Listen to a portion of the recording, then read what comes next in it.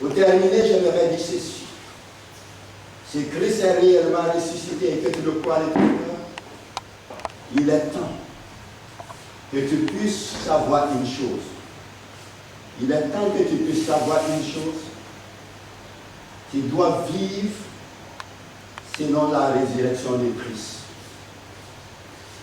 Tu ne dois pas vivre comme si Christ était resté dans la tombe. Les choses sont mortes pour les autres, mais elles sont vivantes pour toi. Les choses sont détruites pour les autres, mais elles demeurent réelles pour toi. J'aimerais dire, en parlant de la mort, on parle du désespoir, on parle de la tristesse, on parle de l'angoisse, on parle du deuil. En parlant de la mort, on voit ce qui est terminé, ce qui est fini. En parlant de la mort, on voit ce qui est sans issue. Mais Jésus vient ce matin pour nous dire,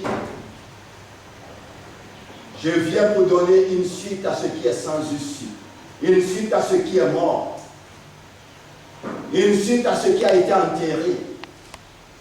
Qu'est-ce que la résurrection de Christ t'apporte ce matin? C'est de dire, ce qui est mort dans ma vie, ce qui a été enterré dans ma vie, doit être ressuscité. Et qu'est-ce qui est mort dans ta vie? Peut-être que tu es confiné et tu penses que tout est fini.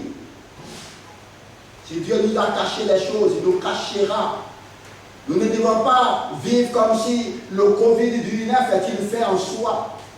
Soit la trompette sonne et nous partons, soit la trompette ne sonne pas et nous continuons à vivre. Pour nous qui avons de l'espoir, nous prions pour le monde. Et comme notre trésor n'est pas de ce monde, nous allons continuer à vivre. Continue, si tu peux travailler, continue à travailler. Si tu peux faire du bien à quelqu'un, continue à faire du bien. Si tu peux étudier, continue à étudier. Alléluia. Parce que les choses ne sont pas mortes pour toi. Elles sont mortes pour ceux qui ne connaissent pas Dieu. Parce que ton Seigneur est ressuscité. Et ton projet n'est pas mort. Alléluia. Ton mariage n'est pas mort. Alléluia. Ta santé, oui, elle n'est pas détruite, elle reviendra. Parce que Christ est ressuscité. J'aimerais dire à quelqu'un, ce n'est pas une fin en soi. Et la résurrection de Jésus te montre ce matin que Christ a le contrôle. Laissons Dieu faire son œuvre. Si le corona est un avertissement pour le monde, que le monde prenne son avertissement et nous continuons à vivre. Mais si le corona est un signe précurseur de la fin du monde, que le monde se prépare, pour nous, nous sommes préparés à le rencontrer. Nous n'avons rien d'autre à faire. Nous devons accompagner ceux qui sont sur la terre jusqu'au dernier moment où la trompette va sonner. Nous devons les accompagner. Alléluia, jusqu'à la dernière seconde. S'il y a des malades, nous les accompagnerons. S'il y a des infirmes, s'il y a des nécessités, nous les accompagnerons.